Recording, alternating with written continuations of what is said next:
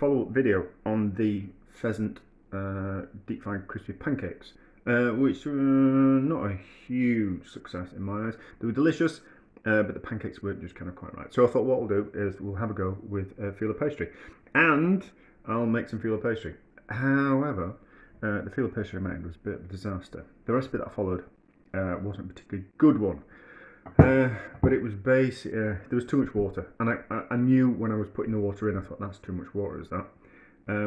So I had to add more flour and then add more other ingredients. So I couldn't actually tell you what the recipe to make my Filo Pastry is, but it's about 350 grams of plain flour. That's got no raising agents in it. About a tablespoon of a white vinegar, and then a tablespoon of olive oil, and then enough water to kind of bring it together. I had to add more oil and some more vinegar and some more flour to kind of get it all to kind of come together. So I'll revisit that sometime in the future. So, and I haven't got any pheasant for these pancakes, but I've got some lamb, which was from another video, another day, and something else I'm going to do. So we'll see about making these pancake rolls, but with Filo Pastry. You don't have to make your own Filo Pastry. You can simply buy it. It's just a bit of a faff to buy it and play around with it, and I'm faffing and I'm waffling. So we've got about 9 sheets of Filo Pastry. They're about 6 inches square. We've got about 200 grams of cucumber, which I have salted and vinegared, and then got rid of some of the liquid, so it's a little bit drier. We've got about 200 grams of cooked lamb, which is very nice, very delicious. We've got some chopped chives, which we're going to use instead of the onion or spring onion element, and then we've got some sweet Hoi Sin Sauce. So rolled out, and what I have done with the Filo Pastry, I was watching the video as well, and I was kind of like, oh, that seems like a bit of a faff, coming from me, who faffs around with everything, and I was like, I can make that easier, and you kind of have to layer it up and roll it out even further, and I was just like, oh, why don't you just use your pasta machine? So I used my pasta machine to roll it out, and I made it on the thinnest setting. So roll it down on the thickest setting, and then work my way down like you would do with pasta if you've ever made pasta. So that's what I did, and then got it down to the thinnest setting. So it's kind of, you can see your fingers through it. So it is thin. So that kind of works rather than having to. The video that I watched, what you do is you roll out pastry so it's relatively thin, and then you put a mixture of corn flour and flour on it, and then you put another layer, the same thickness of pastry on top of that, another layer of flour and corn flour, and then you roll that down, and then what that does, it just makes it, you'll be able to get it thinner. And I thought that's going to be kind of quite difficult to do something like that, so that's why I used the pasta roller, and it kind of gets it to a kind of thinness that you kind of want. So we'll just put these together. So we need a bit of lamb, about so much, and we need a few bits of cucumber. So lamb and duck and pheasant aren't that different tasting to each other. If I'm honest, they've all got that kind of similar type of flavour and kind of texture going on. So I know you can't see that. That's no good, is it? Shall I move that one, or we'll do that one. We'll move that out of the way, and we'll reposition. So, good job I spotted that, eh? So, put some lamb on there, and we've got some cucumber, about 4 bits of cucumber, and we've got some nice bits of spring onion as well. Spring onion's free, no, it's not spring onion. The chives are free, so I couldn't see really why I was going to buy some spring onion when I got some chives in the garden, and they're free. So, and then a line of Hoi Sin Sauce like that. I didn't want to mix everything together and make sound like a mixture and then just kind of plonk it on. I want that line kind of going through. I don't know why. I don't know what my reason is. Maybe I just don't have a reason. And then we just need a bit of water on the outside of the. It's not Filo Pastry. I don't know how to describe it. It's just like a thin pastry made with oil and not fat. And then we're going to just make that a little bit neater. Fold that over there, like that. Fold that over there like that. And then we're going to roll up. And because it's pastry, we'll just be able to roll a little bit tighter and a little bit neater. So just like that. Hopefully that edge will seal. So we'll do one more, and you can get the idea. So we want some lamb, or we could pretend it's pheasant or duck. But yeah, so lamb works with sweet things like Hoi Sin Sauce, like duck does and pheasant did. So that's kind of like that's why I'm using lamb as well. I'm not going to go out and buy more pheasant. Oh, start confying down duck legs because it's a bit of faff.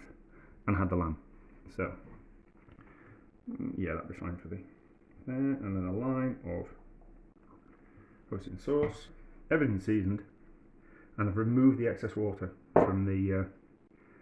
Just pull that out of the way, and I've removed the excess water from the cucumber. So I salted it and vinegared it. Vinegared, I'm sure that's a word. Vinegared it just to remove some of that excess water that's in it, because we don't want that, because it will, as it cooks, it will steam from the inside and make everything go a little bit soggy. So fold that edge over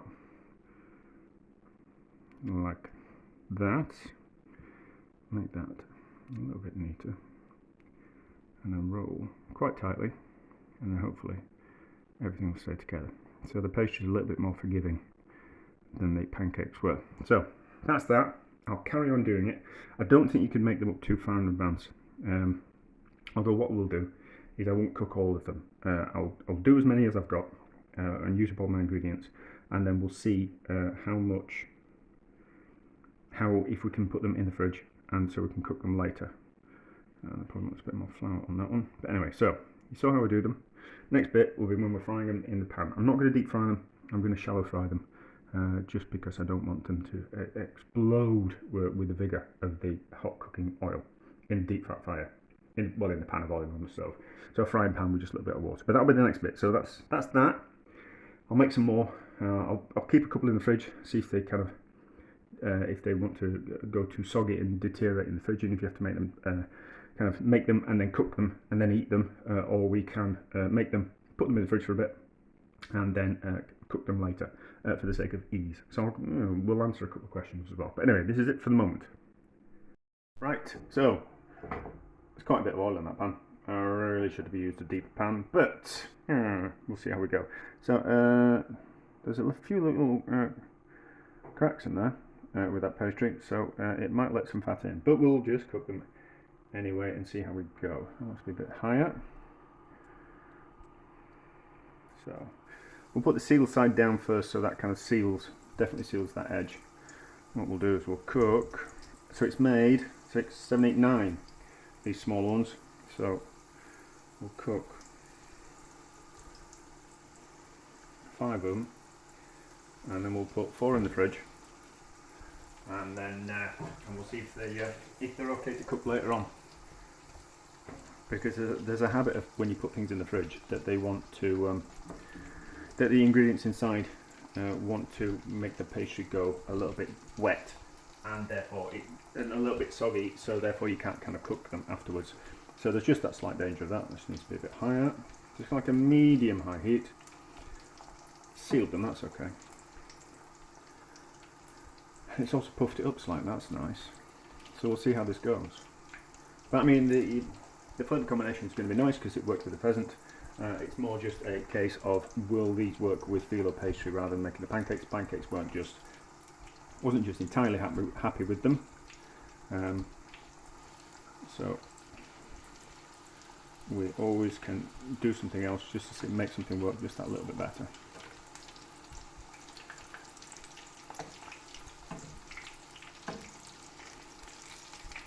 I mean, this is really dangerous. Cooking things on the top of the gas in oil, and lots of houses have been burnt down cooking this way, but I kind of know what I'm doing, so that I would advise you using a proper deep fat fire.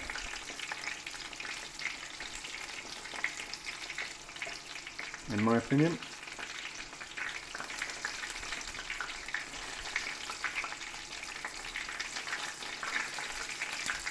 Maybe the pastry should have been a little bit thicker if I'm making my own.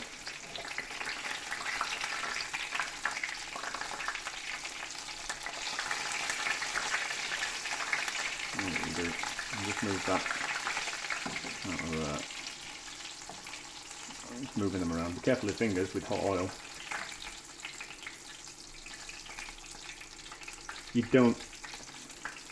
Chefs don't have asbestos hands.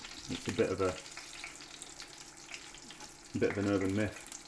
You just get used to how to grip things in a certain way. If something's hot, you tend to use the minimum amount of grip on things to kind of compensate for the heat, and also you kind of get used to the pain of burning, so you don't actually have asbestos hands.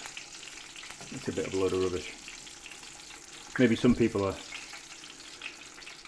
pretend they've got asbestos hands and it's just pain management more than anything else and bravado, but you don't actually get used to the hot temperature.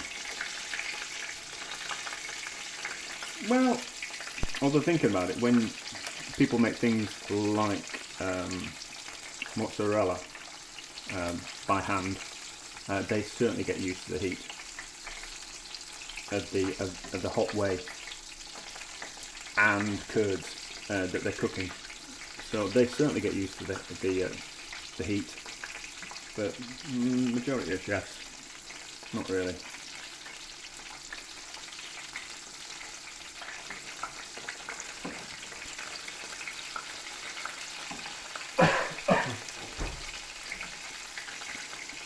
If I'd have cooked them in a deep fryer, they would be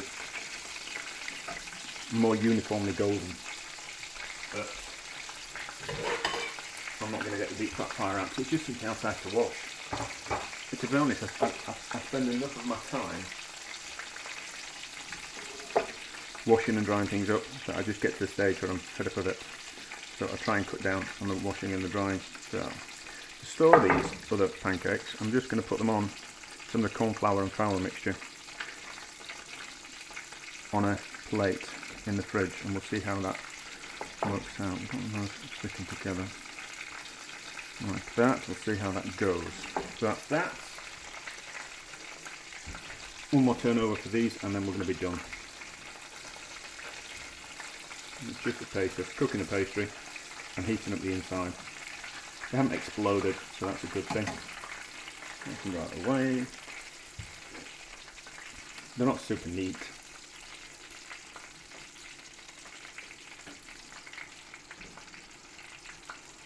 But we're alright.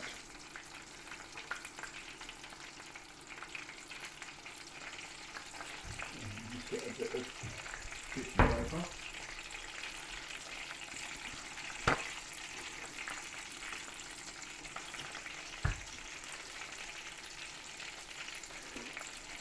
And turn the gas off.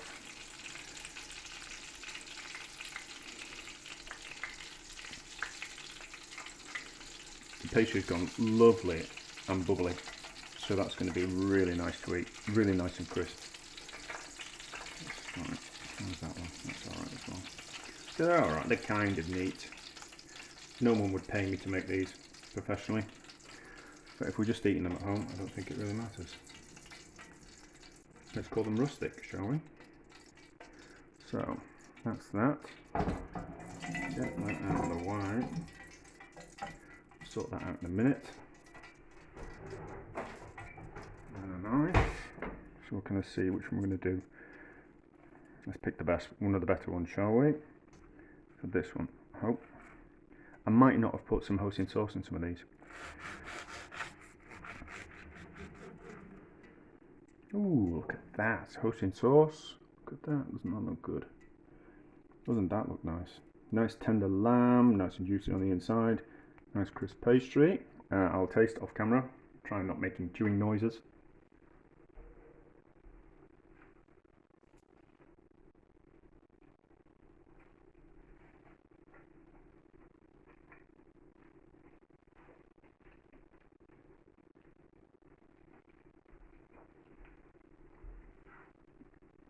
They're really nice.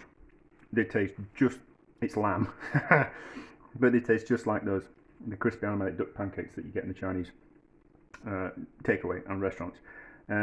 Yeah, so you don't have to faff around with duck. You can just use up some leftover lamb. And a nice way of using up leftover lamb. So if you've got some lamb left over from the Sunday roast or something like that, or you actually want to do something like this, these are really nice, really lovely. I will do a proper recipe at some stage for the Filo pastry, because I think it's kind of quite interesting. And then you can, it's not that hard to make. If I'm honest, it's one of those things that everyone kind of makes it out to be really kind of quite difficult to do. It's not. We'll find a way to make it. We'll find a way to make it quite easy, and as easy as possible, because there's no point making things. As long as we get the result that we want, then we can do it a different way. But yeah, these are really nice. I think in future I won't use the pancakes. I'll use Filo pastry, and I won't buy Filo pastry because it's really expensive. Well, I think it is. I mean, some people have got a massive amount of budget that can spend, but I kind of think for the sake of a bit of flour, plain flour, which it's like 45p for 1.5 kilos, and a bit of oil and a bit of vinegar and a bit of water and a little bit of thyme and a pasta roller, we can knock up some half decent pastry to make things like pancake rolls, spring rolls, things like that. But I will do in the video. I will do like the pasta maker version, pasta roller version. That's me rolling pasta, and the rolling out with a rolling pin, just so you can kind of see. But anyway, yeah, they're really nice. I don't know if you're into this type of thing, but I am. I'm going to enjoy eating those while I watch a bit of TV. Right, so these are the spring rolls that have been in the fridge overnight, and as you can see, any kind of moisture that's in the innards, the filling of the spring roll has wetted the pastry that was underneath. So you kind of have to make them, and you kind of have to cook them straight away. Otherwise, that type of thing is going to happen. It doesn't really kind of matter how much what you put them on, or if you put them on some flour, that's still going to happen. If it was a drier mixture on the inside, I suppose they might be okay, but probably best to make them and then cook them straight away. I'm still going to cook them, and we're going to see how things turn out, but we'll just kind of give it a go. So, but yeah, so as any kind of moisture there has affected the pastry, so they're probably going to fall to bits, and they're going to get lots of oil on the inside of them. So I'm still going to cook them because I'm curious, but they kind of need to be made and cooked straight away.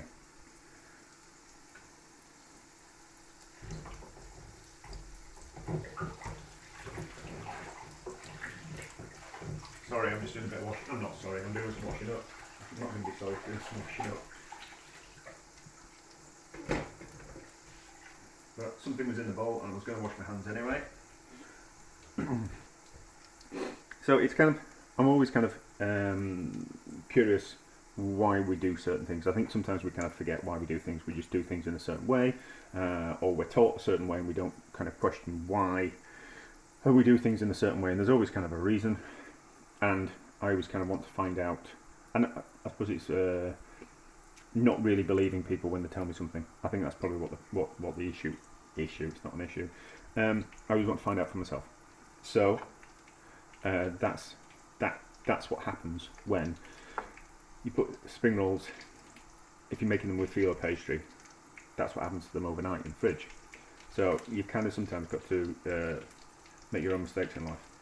But it's all curious. It's all the learning process.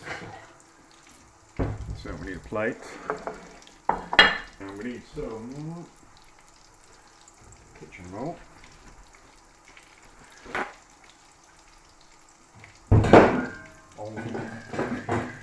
It's important to be curious.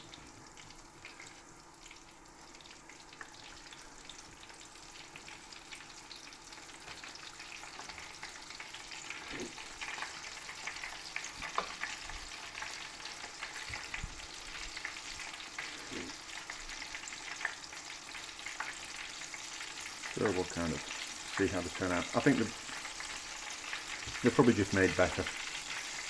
I don't even think really you could, with the Filo pastry that I made, I don't even think that you could roll it out and store the pastry overnight. I think you need to roll it out and use it straight away. Not if you're buying Filo pastry. it's a different kind of thing. But I think if you're making it yourself, you probably need to make it and roll it out and use it straight away. Which kind of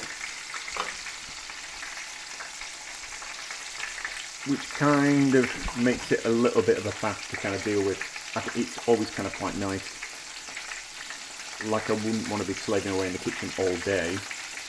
If I can make something and then store it in the fridge and then go off and do something else and then cook it later on, I think that's always kind of preferable for me.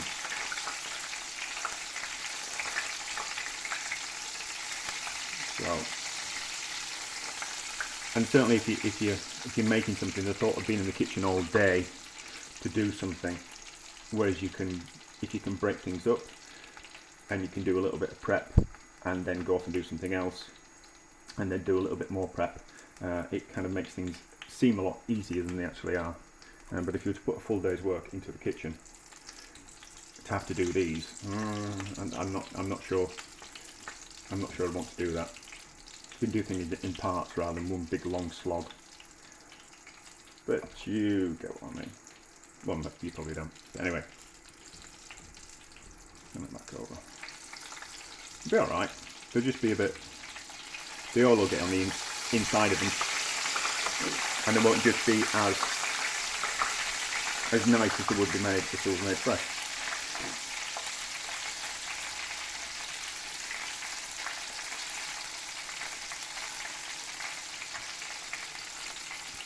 And they'll be a little bit more greasy, but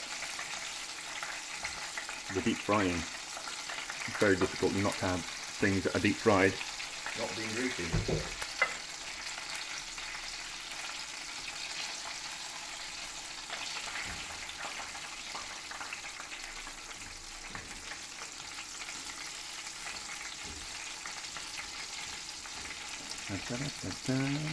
Yeah, don't fry things in a frying pan like this, it's really dangerous. Right, I reckon they're about ready. Got the knife. Turn the gas off.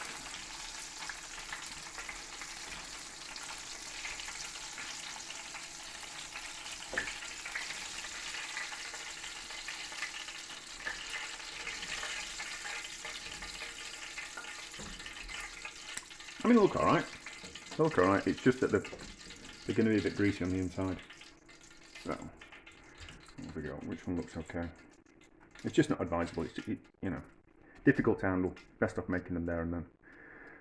But you could make the pastry. You could make the filling, prepare the filling, get everything ready, make the pastry, then roll the pastry out. Well, make the pastry and kind of store the pastry in the fridge, and then roll it out when you need it. I think that'd be okay. That would kind of cut down on the amount of work. But okay, still kind of quite crisp. Can't remember.